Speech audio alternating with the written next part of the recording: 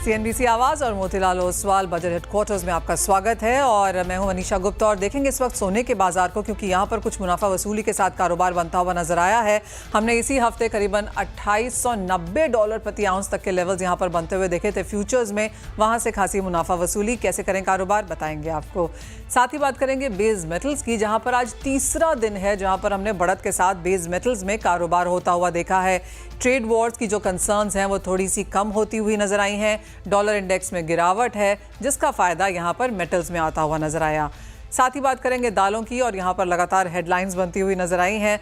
मसूर का duty free import जो है उसे खत्म करने की बात की जा रही है। किस तरह की है ये बातचीत, कितना होगा असर, इस पर करेंगे चर्चा। हमारे साथ जुड़ रहे हैं विघ्नहर्ता गोल्ड के founder and CEO Mahendra Lunia, India pulses and grain merchant association के चेयरमैन बिमल कोठारी और हमारे साथ होंगे प्रो इंटेलिट्रेड सर्विसेज के फाउंडर दिनेश सोमानी।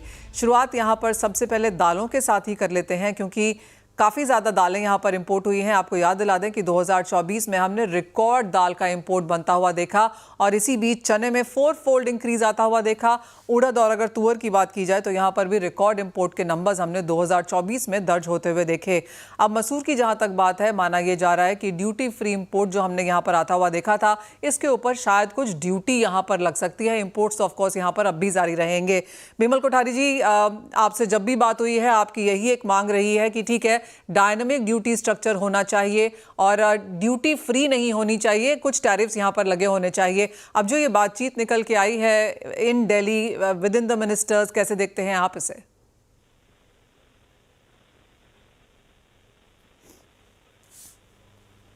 बिमल जी, कैसे देखते हैं आप दालों में जहां पर खत्म होने की बात की जा रही है मसूर के ड्यूटी फ्री इंपोर्ट को? थैंक यू मनीषा जी, आपने मुझे शो पे आमंत्रित किया। देखिए, दालों की ड्यूटी जो खासकर मसूर पे जो बातचीत चल रही है, मेरे ख्याल से कोई ऑथेंटिक कोई इन्फॉर्मेशन नहीं है। थोड़े से मार्केट के रूमर्स है, थोड़ा इधर उधर की हियर से बातें हैं। हालांकि हमने जरूर रिकमेंड किया है, आईपीजी ने जरूर रिकमेंड किया है कि येलो पीज और मसूर जैसी चीज़ों पे आप ड्यूटी लगाएं। हमने जरूर रिकमेंड किया है, क्योंकि मसूर जो है एमएसपी से काफ़ी नीचे है। एमएसपी मसूर का फॉर द जो कमिंग सीजन है उसके लिए 67 रुपीज़ है, जबकि मसूर अभी मुंद्रा पोर्ट पे जो इम्पोर्टेड मसूर है 57 रुपीज़ में बिक रही है, तो काफ़ी नीचे है। इससे काफ़ी जो हमारे किसान हैं उनको काफ़ी उनको नुकसान हो सकता है। तो इसलिए इसके दाम, इसमें ड्यूटी लगाना जरूरी है ताकि जो चीपर इंपोर्ट है वो किसानों को नुकसान नहीं पहुंचाए। दूसरा, येलो पीस का भी जो हम रिपीटेडली आपके चैनल के थ्रू भी हमने कई बार बात की है, उसका भी हमने सरकार को या तो ड्यूटी लगाने के लिए या उस पर पूरी रोक लगाने के लिए निवेदन किया है कि ताकि जो हमारे किसानों को है वो क्लियर मैसेज जाए कि हम यहाँ पे चीपर इंपोर्ट नहीं होगा और जो मिनिमम लैंडिंग कॉस्ट है वो मिनिमम सपोर्ट प्राइस के ऊपर रहेगा। तो किसानों को उससे, मेरा ऐसा मानना है, इससे किसानों को बहुत प्रोत्साहन मिलेगा और जो हम आत्मनिर्भरता की बात कर रहे हैं हमारे लिए एक बहुत एक उचित कदम होगा और एक सही कदम होगा, क्योंकि इसका हमने एक जीता जागता एग्जाम्पल भी देखा है। 2016-17 में जब हमारा उत्पादन 16-17 मिलियन टन था, तो सरकार ने 2018 में येलो पीस जो चीपर था, जो इसी तरह जो आज की सिचुएशन है वही सिचुएशन उस समय भी थी, उसको बंद किया। और 5-5.5 साल में हमने देखा है 6 साल के अंदर में जो हमारा प्रोडक्शन है 16-17 मिलियन टू 27 मिलियन टन पहुंचा है।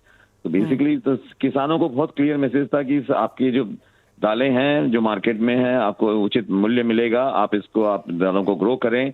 तो मैं समझता हूं कि ऐसा मैसेज एक ऐसा मैसेज जाने की बहुत जरूरत है। इसलिए सरकार को इस पे कदम उठाए और वो ड्यूटी नॉट ओनली मसूर, इवन या येलो पीस पे भी या तो ड्यूटी लगाएं और या नहीं तो इस पे रोक लगाएं।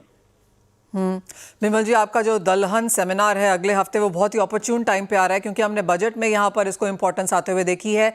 काफी कुछ है जो इंडस्ट्री एज अ कॉन्वर्सेशन या एज अ बातचीत यहाँ पर सरकार को कन्वे भी करना चाहती है।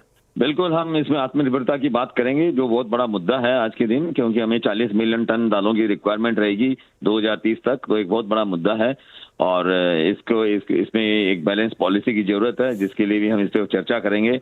और मैं आपके चैनल के माध्यम से सभी स्टेक होल्डर्स को आमंत्रित करता हूं कि इसमें खूब भाग लें और इसमें पार्टिसिपेट करें। और इससे काफी ओवरसीज से भी काफी डेलीगेट्स और गवर्नमेंट ऑफिसर्स और सीनियर मिनिस्टर्स आ रहे हैं। तो और गवर्नमेंट ऑफ इंडिया की भी ministers and senior government officers आ रहे हैं, तो it will be a great opportunity to participate in this and we look forward to address this issue. Absolutely, काफ़ी सारी चीज़ें हैं जो दालों का सेक्टर यहाँ पर एड्रेस करना चाहता है और ये अगले हफ्ते की जो मीटिंग है, गैदरिंग है, वो ऑफ कोर्स इसकी तरफ काफ़ी ज़्यादा यहाँ पर लाइमलाइट डाल सकती है। बिमल जी, बहुत शुक्रिया साथ जुड़ने के लिए। तो क्लियरली जो मसूर और पीले मटर हैं, ड्यूटी फ्री इंपोर्ट वहाँ पर ख़त्म किया जाना चाहिए और जैसे उन्होंने कहा कि जो सस्ता इंपोर्ट कंट्री में आ रहा है उससे किसानों को कोई फ़ायदा नहीं है और जो प्रोडक्टिविटी है उस पर भी कोई खास फ़र्क नहीं पड़ता, तो वो एक एड्रेस यहाँ पर चीज़ होनी चाहिए। चलिए, तो बात हुई दालों की। दालों से अब यहाँ पर बात करते हैं सोने की, क्योंकि यहाँ पर हमने कुछ मुनाफा वसूली मार्केट्स में आते हुए देखी है। ऑलमोस्ट 85,000 प्रति 10 ग्राम के पास आने के बाद सोने में कुछ यहाँ पर गिरावट है।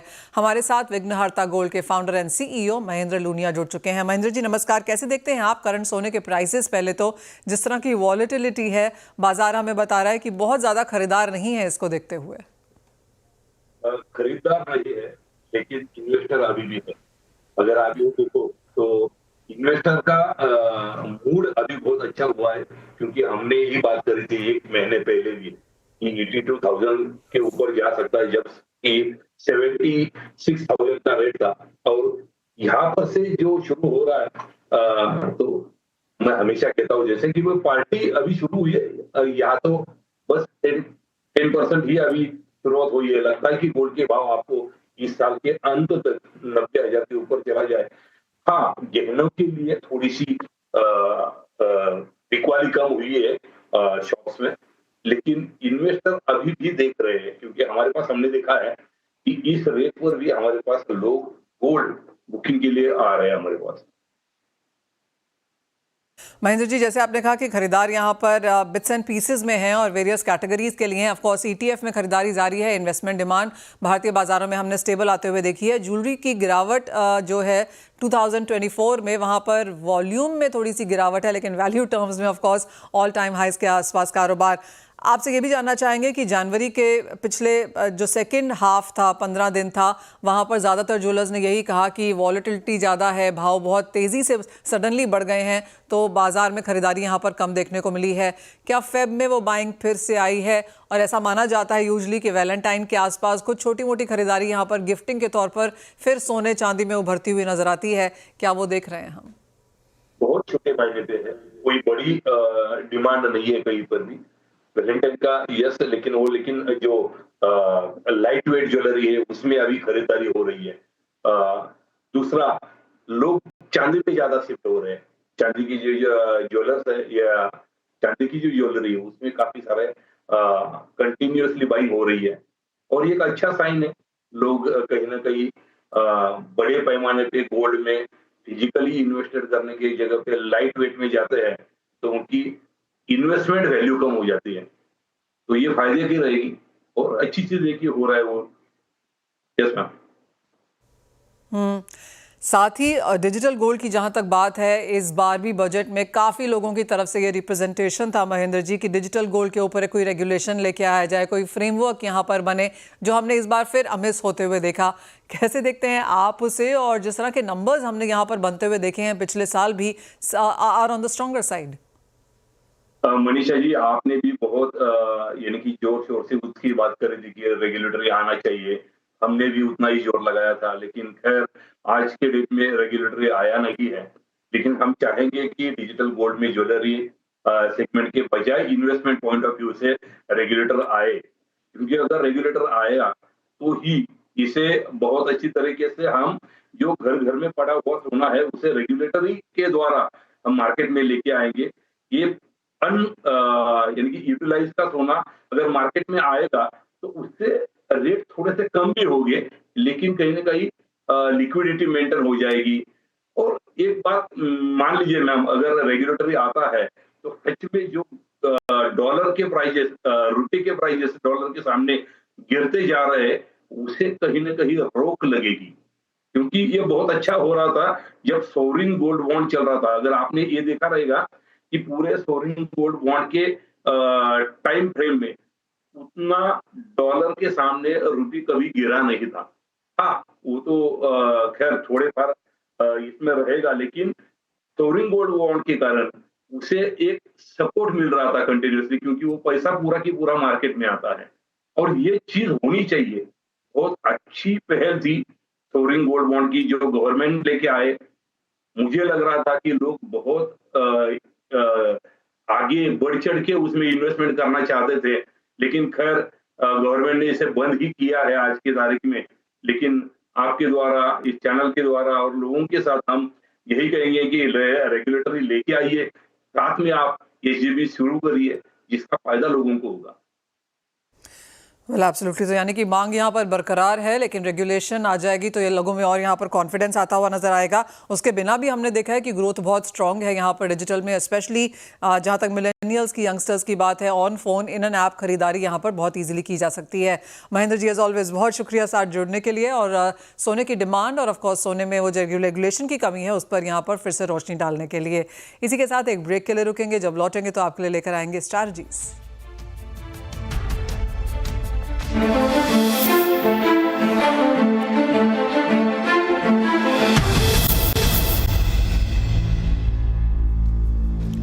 हमारे साथ अब प्रो इंटेलिजेंस सर्विसेज के फाउंडर दिनेश सोमानी हैं। दिनेश जी नमस्कार। सोने पे ही पहले बात करना चाहेंगे, जिस तरह की वॉलेटिलिटी है नियर टर्म और स्लाइटली लॉन्गर टर्म के लिहाज से, अब आप क्या राय देंगे?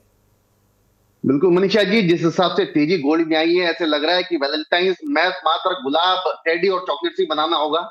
इतने ऊंचे भाव 85,000 84,000 के गोल्ड में कौन खरीद पाएगा? अभी रिटेल के लिए बड़ी दिक्कत की बात है, लेकिन फिर भी जहां तेजी है हमको ट्रेंड फॉलो करना चाहिए। मुझे लगता है ये जो बेसिक इसका जो मेजर रेजिस्टेंस लेवल था वो 83,800 था, और उसके ऊपर ये काफी सस्टेन करके कल इसने रिटेस्ट भी किया है। 84,450 84,470 ये मुझे लगता है इंट्राडे के हिसाब से एक बाइंग का लेवल रहेगा। दोबारा 84,850 के लेवल्स हमें देख सकते हैं, और मुझे लगता है अनलेस एंड अनटिल ये 83,800 के नीचे क्लोज होता है, इसमें बिकवाली का कोई रुख देखना नहीं चाहिए। अपसाइड हो सकता है ये 86,000 86,500 भी देख सकता है, और साल का अंत अगर मैं कहूं तो मुझे लगता है कि 88,800 के लेवल से दिखा सकता है। और क्योंकि आपने जिक्र यहाँ पर वैलेंटाइन का किया, अगर सोना खरीदा नहीं जा रहा तो क्या लोग चांदी ले रहे हैं, लैब ग्रोन डायमंड्स ले रहे हैं, क्या खरीदेंगे लोग? बिल्कुल डायमंड से काम चलाना होगा, थोड़ा सस्ता भी है और दोनों में डिफरेंशिएशन भी नहीं होता है, तो मुझे लगता है डायमंड वुड भी ज्यादा बेटर। और हीरा है सदा के लिए जैसे कहते ही है, तो मुझे लगता है शायद रुख डायमंड की ओर मुड़ जाएगा। चांदी में अब आपकी क्या सेंस है, क्योंकि यहाँ पर भी एक सपोर्ट आता हुआ नजर आया है अंतर्राष्ट्रीय बाजारों में 3 महीने के हाईस पर, और भारतीय बाजारों में भी एक रेगुलर ग्रोथ यहाँ पर देखने को मिली है। बिल्कुल नीचे सर से अगर हम देखते तो 86,000 जो लो बनाया था वहां से 95,500 के आसपास चल रहा है। स्ट्रेंथ काफी अच्छी है और नीचे से रिकवरी भी काफी फास्ट आ रही है। 94,450 जो कल का लो है वो बड़ा रेजिस्टेंस सपोर्ट जोन है। मुझे लगता है 94,450 के स्टॉप लॉस से 95,200 95,300 के आसपास खरीदारी करनी चाहिए। 96,500 97,400 मुझे लगता है नेक्स्ट वीक के मिड तक हमें देखने मिल सकता है। ओवरऑल इसमें भी स्ट्रेंथ और रिवर्सल काफी अच्छा आया है। मुझे लगता है आने वाले समय में ये भी ऑल टाइम हाई निश्चित तौर से छूएगा। दिनेश जी, मेटल्स के लिए तीसरा तेजी वाला दिन यहाँ पर है। आपको लगता है जिन लोगों ने खरीदारी करी उनके लिए तो मुनाफा है ही, लेकिन इन लेवल्स पे भी बाइंग अपॉर्चुनिटीज हैं? बिल्कुल, मेटल इंडेक्स तो मैं देखता हूँ एमसीएक्स जो मेटल इंडेक्स है वो एक ब्रेकआउट लेवल पर है, काफी अच्छा वॉल्यूम भी है। और कॉपर को मैं मैच देखता हूं तो मुझे लगता है कि 790 का जो लो बना था साल के शुरुआत में, वहां से 860 मतलब 70 रुपए की तेजी, करीब करीब 9% का मूव कॉपर में आया है। यह समय मुझे लगता है कॉपर का मोमेंटम काफी बढ़िया है और यह तेजी और भी बरकरार रह सकती है। 858 के आसपास इंट्राडे के लिहाज से बाय किया जा सकता है, और 2 या 3 दिन के हिसाब से बाय किया जा सकता है। 872 के लेवल्स प्रोबेबली मंडे ट्यूसडे हमें देखने मिल सकते हैं। 872 पे शायद मुनाफा वसूली आए और दोबारा 848 के आसपास ये लेवल दिखा सकता है, बट अभी यहां से 12 रुपए का मूव बाकी है, तो मुझे लगता है बाइंग में बने रहना चाहिए। साथ ही कच्चे तेल को कैसे देखेंगे, क्योंकि ये तीसरा हफ्ता है जब गिरावट है और इस हफ्ते में अब तक 2% की मंदी यहाँ पर कच्चा तेल दर्ज कर चुका है। कच्चे तेल में अगर ओवरऑल देखें तो बहुत ही रेंज बाउंड एक दायरा मुझे अभी नहीं, यहाँ से 2 या 3 महीने भी नजर आता है। 6050 डाउनसाइड, 6500 अपसाइड, एक ब्रॉड रेंज में कहूंगा। और अगर शॉर्ट टर्म के लिए यहाँ से मैं कहूँ तो मुझे लगता है 6165 ये लेवल है जहां से एक बार पुलबैक रैली आ सकती है। 6310 6320 अपसाइड हमें 1 या 2 दिन में देखने मिल सकते हैं। 6100 के नीचे कैसे स्टॉप लॉस मेंटेन करना चाहिए। और जाने से पहले एग्रीकल्चर में भी आपसे एक सेंस लेना चाहेंगे। खाने के तेलों में एक उछाल जरूर देखने को मिला है, लेकिन दालों में अभी भी स्थिति थोड़ी सी असमंजस वाली है, इसीलिए दालों वाले बहुत ज्यादा यहाँ पर एक्सपेक्ट कर रहे हैं कि शायद कुछ सरकार और निकाल के दे। मनीषा जी, स्थिति असमंजस ही नहीं है, बड़ी नाजुक परिस्थिति है। मतलब अगर तुअर के भाव को तो 12,500 रुपए जो लास्ट टाइम गया था 7500 भी लेवल नहीं है। चना जो 7800 रुपया गया था वो 5859 60 के आसपास आ गया, मतलब एमएसपी के आसपास आ गया, और हमारे पास ड्यूटी फ्री इंपोर्ट आई रहा कंटिन्यू। तुअर अगर मैं ओवरऑल बात करूं तो जहां 8 लाख टन हमारे यहाँ इंपोर्ट होता था वहां 11 लाख टन इंपोर्ट हो रहा है। और जब से मैं तुअर का ट्रेड करता था मनीषा जी, सिर्फ 2 कंट्रीज से हम इंपोर्ट करते थे, बर्मा और तंजानिया। अब करीब करीब 9 ऐसे कंट्रीज है जहां से हमारे यहाँ निरंतर इंपोर्ट आ रहा है और यहाँ डोमेस्टिक प्राइसेस को सप्रेस कर रहा है। मुझे लगता है कहीं ना कहीं हद तक यहाँ पर इंपोर्ट पर ड्यूटी जरूर लगनी चाहिए। डोमेस्टिक हमारे जो किसान हैं इनको निश्चित तौर से हमें प्रोटेक्ट करना चाहिए। 7200-7700 के तुअर में किसानों के लिए कोई इसमें फायदेमंद चीज बिल्कुल साबित नहीं हो सकती है। मुझे लगता है करीब करीब इसके 85 से 9,000 रुपए के रेट होने चाहिए, तो कोई तो इस किसान इसको दोबारा सोइंग के लिए सोच सकता है। वेल एब्सोल्युटली, जब तक प्राइसेस में थोड़ी सी स्टेबिलिटी नहीं आएगी, ना किसानों के लिए बेहतरीन है, ना इंपोर्टर्स के लिए और ना ही इंडस्ट्री एज एन ओवरऑल के लिए।